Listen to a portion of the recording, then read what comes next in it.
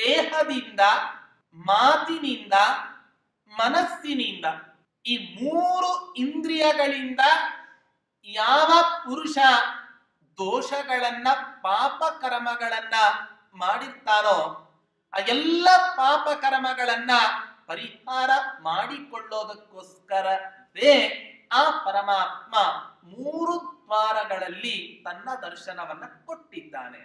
ಆ 3 ದ್ವಾರದಲ್ಲಿ ದರ್ಶನ ಮಾಡಬೇಕಾದ್ರೆ ಅಚ್ಯುತ, ಅನಂತ, ಗೋವಿಂದ ಅಂತ ಹೇಳಿ ಆ ಭಗವಂತನ ದರ್ಶನ ಮಾಡಬೇಕು.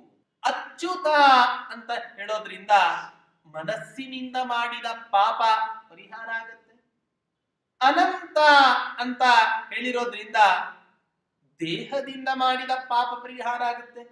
ಗೋವಿಂದ ಅಂತ ಹೇಳೋದರ ಮೂಲಕ ವಾಗೀಂದ್ರಿಯದಿಂದ ಮಾಡಿದ ಸಕಲ ಪಾಪಗಳು ಕೂಡ ಪರಿಹಾರ ಆಗ್ತವೆ.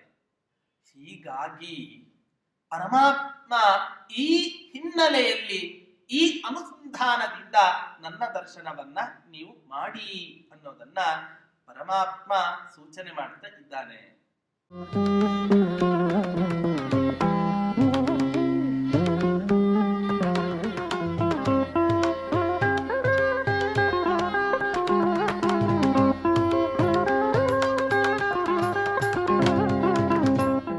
पूज्याय राघवेन्द्राय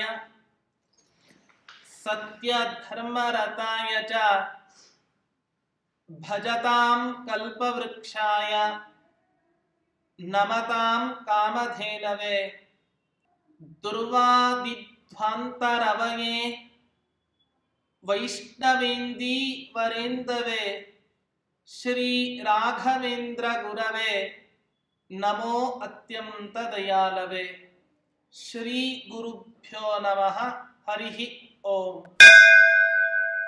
ಜ್ಞಾನಿಶ್ರೇಷ್ಠರಾದ ರಾಘವೇಂದ್ರ ತೀರ್ಥರು ತಮಿಳುನಾಡು ದ್ರಾವಿಡ ಪ್ರಾಂತ್ಯದಲ್ಲಿ ಬರುವ ಅನೇಕ ಆ ಭಗವಂತನ ದೇವಸ್ಥಾನಗಳನ್ನ ಸಂದರ್ಶನ ಮಾಡ್ತಾ ತಮ್ಮ ಸಂಚಾರವನ್ನ ಎಂದಿನ ಕ್ರಮದಂತೆ ಮುಂದುವರೆಸಿದ್ದರು. ಹಾಗೆ ತಮ್ಮ ಸಂಚಾರವನ್ನ ಮುಂದುವರಿಸ್ತಾ ಕೇರಳ ರಾಜ್ಯದಲ್ಲಿ ಇರುವ ಅತ್ಯಂತ ಪ್ರಾಚೀನವಾದ ಪುರಾಣ ಪ್ರಸಿದ್ಧವಾದ ಯಾವ ಅನಂತ ಪದ್ಮನಾಭ ಸ್ವಾಮಿ ದೇವಸ್ಥಾನ ಇದೆ, ಆ ಸ್ವಾಮಿಯ ದೇವಸ್ಥಾನ ಇರುವ ತಿರುವನಂತಪುರಂ ಅನ್ನೋ ಕ್ಷೇತ್ರಕ್ಕೆ ರಾಯರು ಸಂಚಾರವನ್ನ ಬೆಳೆಸ್ತಾ ಇದ್ದಾರೆ ಅನ್ನೋದನ್ನ ಕವಿಗಳು ಹೇಳ್ತಾ ಇದ್ದಾರೆ.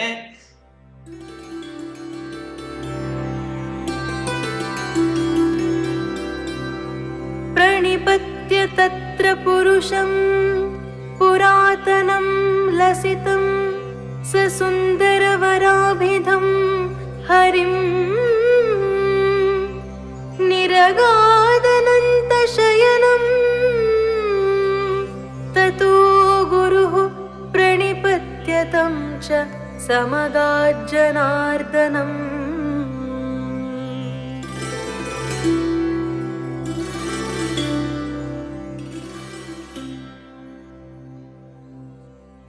ರಮ್ಯ ಪರ್ವತದಲ್ಲಿ ನೆಲೆಸಿದ ಯಾವ ಭಗವಂತ ಸುಂದರ ನಾಮಕನಾಗಿ ಜಗತ್ತಿನಲ್ಲಿ ಪ್ರಸಿದ್ಧನಾಗಿದ್ದಾನೋ ಅಂಥ ಸುಂದರ ನಾಮಕ ಹರಿಯನ್ನ ಭಕ್ತಿಯಿಂದ ನಮಸ್ಕಾರ ಮಾಡಿ ತತಃ ಅನಂತ ಶಯನಂ ನಿರಗ ಪಂಚ ಪ್ರಣಿಪತ್ಯ, ಅಲ್ಲಿಂದ ಅನಂತ ಶಯನ ಕ್ಷೇತ್ರಕ್ಕೆ ಅವರು ಪ್ರಯಾಣವನ್ನ ಬೆಳೆಸಿ ಆ ಅನಂತ ಪದ್ಮನಾಭ ಸ್ವಾಮಿಯ ಒಂದು ಕ್ಷೇತ್ರಕ್ಕೆ, ಆ ಅನಂತ ಪದ್ಮನಾಭ ಸ್ವಾಮಿಯ ದೇವಸ್ಥಾನಕ್ಕೆ ಹೋಗಿ ಆ ಪರಮಾತ್ಮನ ಸಂದರ್ಶನವನ್ನ ಮಾಡ್ತಾರೆ.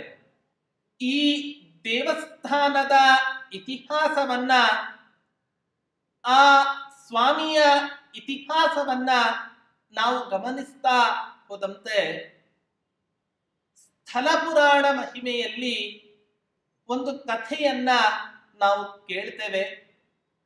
ದೇವಾನುದೇವತೆಗಳು ಆ ಭಗವಂತನ ಒಂದು ಅದ್ಭುತವಾದ ಚಿನ್ಮಯ ಮೂರ್ತಿಯನ್ನ ನಿರ್ಮಾಣ ಮಾಡಬೇಕು ಅಂತ ಅಪೇಕ್ಷೆ ಉಂಟಾಗತ್ತೆ. ಸುಮಾರು ಲಕ್ಷಗಟ್ಟಲೆ ಸಾಲಿಗ್ರಾಮಗಳನ್ನ ಬೆಲ್ಲದ ಮಧ್ಯದಲ್ಲಿ ಹುದುಗಿ ಇಟ್ಟು ಎಷ್ಟೋ ದಿನಗಳಾದ ಮೇಲೆ ಆ ಬೆಲ್ಲವನ್ನ ಸರಿಸಿದಾಗ ನಿರ್ಮಾಣ ಆದಂತಹ ವಿಗ್ರಹವೇ ಇವತ್ತಿನ ದಿನ ನಮ್ಮ ಕಣ್ಣಿಗೆ ಕಾಣಿಸುವಂತಹ ಅನಂತ ಪದ್ಮನಾಭ ಸ್ವಾಮಿ ಅಂತ ಹೇಳ್ತಾರೆ. ಅಂತಹ ಅನಂತ ಪದ್ಮನಾಭ ಸ್ವಾಮಿ ತಿರುವನಂತಪುರಂ ಅನ್ನೋ ಕ್ಷೇತ್ರದಲ್ಲಿ ನೆಲೆಸಿದ್ದಾನೆ. ಪ್ರಾಯ ನಮಗನ್ಸತ್ತೆ, ಯಾರು ತಮ್ಮ ಜೀವನದಲ್ಲಿ ಆ ಅನಂತಪುರದ ಯಾತ್ರೆಯನ್ನ ಮಾಡ್ತಾರೋ, ಅನಂತ ಪದ್ಮನಾಭ ಸ್ವಾಮಿ ನೆಲೆಸಿದ ಆ ಯಾತ್ರೆಯನ್ನ, ತೀರ್ಥಯಾತ್ರೆಯನ್ನ ಯಾರು ಮಾಡ್ತಾರೋ ಅವರಿಗೆ ಅವರ ಜೀವನದಲ್ಲಿ ತಿರುವು ಕೊಡುವ ಕಾರಣದಿಂದಲೇ ಆ ಪ್ರದೇಶಕ್ಕೆ ಪ್ರಾಯ ತಿರುವನಂತಪುರಂ ಅನ್ನೋ ಹೆಸರು ಬಂದಿದೆಯೋ ಏನೋ ಅಂತ ಅನ್ಸತ್ತೆ.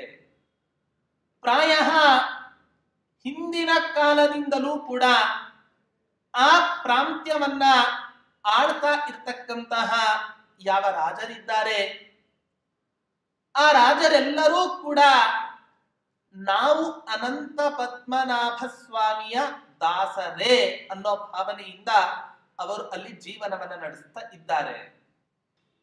ಹಿಂದಿನ ಕಾಲದಲ್ಲಿ ಆ ಪ್ರಾಂತ್ಯವನ್ನು ಆಳ್ತಾ ಇದ್ದ ರಾಜ ಆ ಸ್ವಾಮಿಯ ದರ್ಶನವನ್ನ ಮಾಡಬೇಕು ಅಂತಿದ್ದರೆ ತನ್ನ ತಲೆಯ ಮೇಲೆ ಇರುವ ಕಿರೀಟವನ್ನ ತೆಗೆದು ಮೈ ಮೇಲೆ ಹಾಕಿಕೊಂಡಿರುವ ಬಟ್ಟೆಯನ್ನ ಸೊಂಟಕ್ಕೆ ಸುತ್ತಿ ಆ ದೇವರ ದರ್ಶನಕ್ಕೋಸ್ಕರ ಬರ್ತಾ ಇದ್ರು. ಇಡೀ ಈ ಪ್ರಪಂಚವನ್ನೇ ಸೃಷ್ಟಿ ಮಾಡಿದಂತಹ ಆ ಚತುರ್ಮುಖ ಬ್ರಹ್ಮನೇ ಆ ಭಗವಂತನ ದಾಸನಾಗಿರಬೇಕಾದರೆ ನಾವು ಯಕ್ಕಶ್ಚಿತ್ರಾಜರೆಲ್ಲರೂ ಕೂಡ ಭಗವಂತನ ದಾಸರು ಅಂತ ಹೇಳಬೇಕೆ? ನಾವೆಲ್ಲರೂ ಕೂಡ ಭಗವಂತನ ದಾಸರೇ. ಹೀಗಾಗಿ ಈ ಒಂದು ಭಾವನೆಯಿಂದ ರಾಜರೂ ಕೂಡ ಹಿಂದಿನ ಕಾಲದಿಂದಲೂ ಕೂಡ ಇವತ್ತಿನ ತನಕವೂ ಕೂಡ ಆ ಅನಂತ ಪದ್ಮನಾಭ ಸ್ವಾಮಿಯ ಮೇಲೆ ಒಂದು ಅಪಾರವಾದ ಗೌರವವನ್ನ ಇಟ್ಟುಕೊಂಡಿದ್ದಾರೆ. ನೋಡಿ, ಕಲಿಯುಗದಲ್ಲಿ ಅತ್ಯಂತ ಬೇಗ ಫಲವನ್ನ ಕೊಡತಕ್ಕಂತಹ ಲೌಕಿಕ ಸುಖ, ಜ್ಞಾನಿಗಳಿಗೆ ಬೇಕಾದ ಮೋಕ್ಷ ಸುಖ, ಎರಡನ್ನೂ ಕೂಡ ಕರುಣಿಸುವಂತಹ ಮಹಾನುಭಾವನೆ ಆ ಪರಮಾತ್ಮ. ನಾವು ಮಾಡ್ತಕ್ಕಂತಹ ಯಾವ ಪ್ರತಿಯೊಂದು ಸತ್ಕರ್ಮಗಳು ಇದ್ದಾವೆ ಆ ಎಲ್ಲ ಸತ್ಕರ್ಮಗಳಿಗೂ ಕೂಡ ಅನಂತ ಫಲವನ್ನ ನೀಡಿ ಅವನ ಅನುಗ್ರಹವನ್ನ ಬಯಸಲಿಕ್ಕೆ ಅನೇಕ ಜ್ಞಾನಿಶ್ರೇಷ್ಠರು ಇವತ್ತಿಗೂ ಕೂಡ ಆ ಅನಂತ ಪದ್ಮನಾಭ ಸ್ವಾಮಿಯ ಸೇವೆಯನ್ನ ಮಾಡ್ತಾ ಇದ್ದಾರೆ.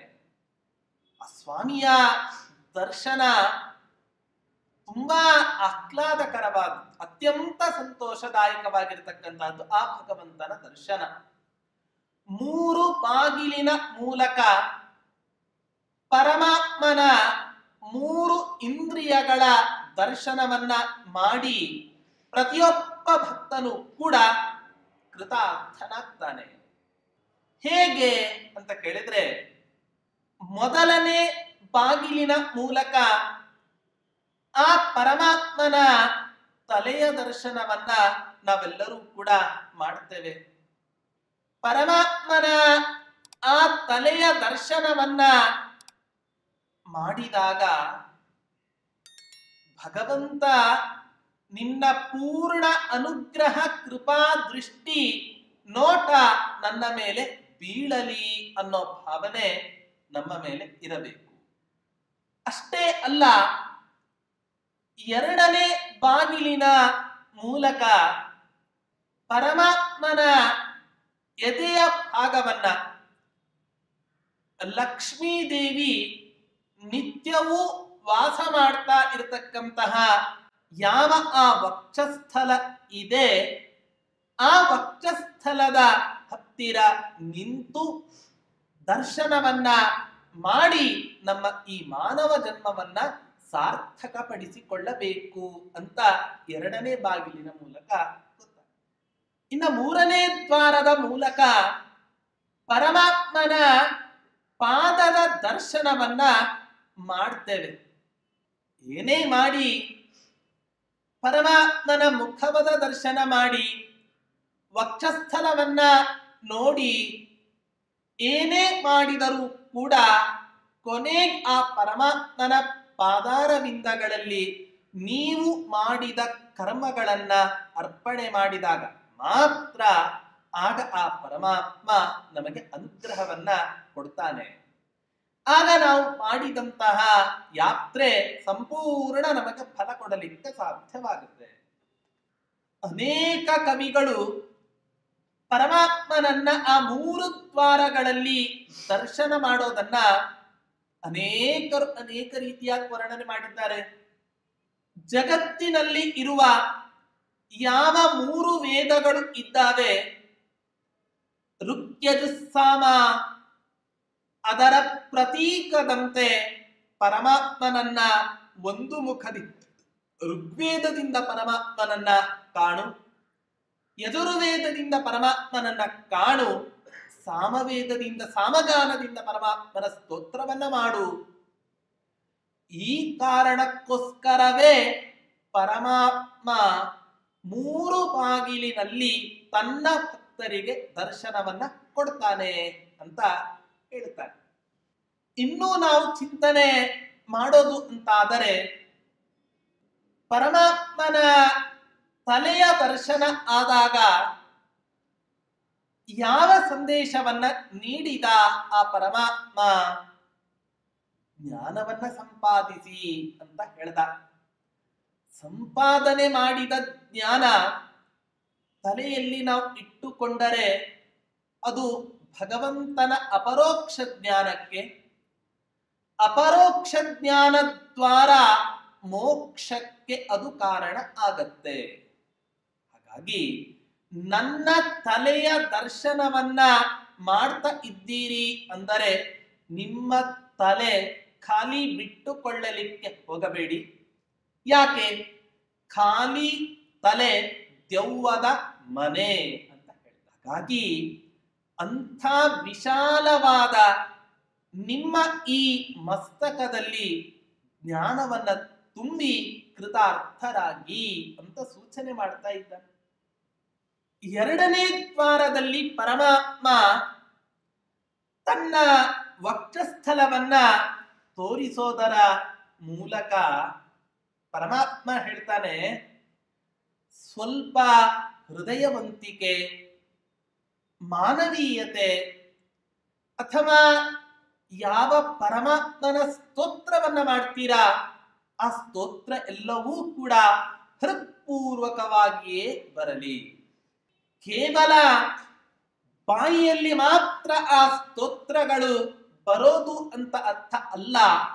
ಯಾವ ಸ್ತೋತ್ರವನ್ನ ಭಗವಂತನ ಉದ್ದೇಶವಾಗಿ ಮಾಡ್ತೀರೋ ಆ ಎಲ್ಲ ಸ್ತೋತ್ರಗಳು ಕೂಡ ನಿಮ್ಮ ಹೃದಯ ಕಮಲದಿಂದಲೇ ಹೊರಟು ಬರಲಿ. ಇನ್ನ ಯಾವ ಆ ಸ್ತೋತ್ರ, ಯಾವ ಆ ಜ್ಞಾನ ಸಂಪಾದನೆ ಮಾಡಿದ್ದೀರೋ, ಸ್ತೋತ್ರಗಳಿಂದ ಆ ಭಗವಂತನ ಗುಣಗಾನವನ್ನ ಮಾಡಿದ್ದೀರೋ, ಅದೆಲ್ಲವನ್ನೂ ಕೂಡ ಪರಮಾತ್ಮನ ಪಾದದಲ್ಲಿ ಅರ್ಪಣೆ ಮಾಡುವ ಉದ್ದೇಶ ಇದ್ದರೆ ಮಾತ್ರ ಅದು ಸಾರ್ಥಕ ಆಗತ್ತೆ, ಹೊರತು ಇಲ್ಲದಿದ್ದರೆ ಇಲ್ಲ. ಹೀಗೆ ಪರಮಾತ್ಮ ತನ್ನ ದರ್ಶನ ಮಾಡಲಿಕ್ಕೆ ಬಂದ ಯಾವ ಭಕ್ತರಿದ್ದಾರೆ ಆ ಭಕ್ತರಿಗೆ ಈ ತರಹದ ಅನೇಕ ಮುಖದ ಒಂದು ಉಪದೇಶವನ್ನ ನೀಡ್ತಕ್ಕಂತಹ ಒಂದು ಅದ್ಭುತ ಪ್ರಪಂಚದ ದೈವವೇ ಇವತ್ತಿನ ದಿನ ಆ ಅನಂತ ಪದ್ಮನಾಭ ಸ್ವಾಮಿ. ಕೆಲವರು ಹೇಳ್ತಾರೆ, ಪರಮಾತ್ಮ ಯಾಕೆ ಮೂರು ಬಾಗಿಲಲ್ಲಿ ದರ್ಶನವನ್ನ ಕೊಟ್ಟ ಅಂದರೆ, ಶಾಸ್ತ್ರ ಹೇಳುತ್ತೆ ಪ್ರತಿಯೊಬ್ಬ ಮನುಷ್ಯ ತನ್ನ ಜೀವನದಲ್ಲಿ 3 ಇಂದ್ರಿಯಗಳಿಂದ ದೋಷವನ್ನ ಮಾಡ್ತಾನೆ. ಕಾಯ, ವಾಚ, ಮನಸ. ದೇಹದಿಂದ, ಮಾತಿನಿಂದ, ಮನಸ್ಸಿನಿಂದ ಈ 3 ಇಂದ್ರಿಯಗಳಿಂದ ಯಾವ ಪುರುಷ ದೋಷಗಳನ್ನ ಪಾಪ ಕರ್ಮಗಳನ್ನ ಮಾಡಿರ್ತಾನೋ ಆ ಎಲ್ಲ ಪಾಪ ಕರ್ಮಗಳನ್ನ ಪರಿಹಾರ ಮಾಡಿಕೊಳ್ಳೋದಕ್ಕೋಸ್ಕರವೇ ಆ ಪರಮಾತ್ಮ 3 ದ್ವಾರಗಳಲ್ಲಿ ತನ್ನ ದರ್ಶನವನ್ನ ಕೊಟ್ಟಿದ್ದಾನೆ. ಆ 3 ದ್ವಾರದಲ್ಲಿ ದರ್ಶನ ಮಾಡಬೇಕಾದ್ರೆ ಅಚ್ಯುತ, ಅನಂತ, ಗೋವಿಂದ ಅಂತ ಹೇಳಿ ಆ ಭಗವಂತನ ದರ್ಶನ ಮಾಡಬೇಕು. ಯಾಕೆ? ಶಾಸ್ತ್ರ ಹೇಳತ್ತೆ, ಅಚ್ಯುತೇತಿ ಮನಃ ಪೂತಂ ಗೋವಿಂದೇತಿ ಚ ವಾಕ್ ಪುನಃ ಅನಂತೇತಿ. ಅಚ್ಯುತ ಅಂತ ಹೇಳೋದ್ರಿಂದ ಮನಸ್ಸಿನಿಂದ ಮಾಡಿದ ಪಾಪ ಪರಿಹಾರ ಆಗುತ್ತೆ. ಅನಂತ ಅಂತ ಹೇಳಿರೋದ್ರಿಂದ ದೇಹದಿಂದ ಮಾಡಿದ ಪಾಪ ಪರಿಹಾರ ಆಗುತ್ತೆ. ಗೋವಿಂದ ಅಂತ ಹೇಳೋದರ ಮೂಲಕ ವಾಗೀಂದ್ರಿಯದಿಂದ ಮಾಡಿದ ಸಕಲ ಪಾಪಗಳು ಕೂಡ ಪರಿಹಾರ ಆಗ್ತವೆ. ಹೀಗಾಗಿ ಪರಮಾತ್ಮ ಈ ಹಿನ್ನೆಲೆಯಲ್ಲಿ ಈ ಅನುಸಂಧಾನದಿಂದ ನನ್ನ ದರ್ಶನವನ್ನ ನೀವು ಮಾಡಿ ಅನ್ನೋದನ್ನ ಪರಮಾತ್ಮ ಸೂಚನೆ ಮಾಡ್ತಾ ಇದ್ದಾನೆ.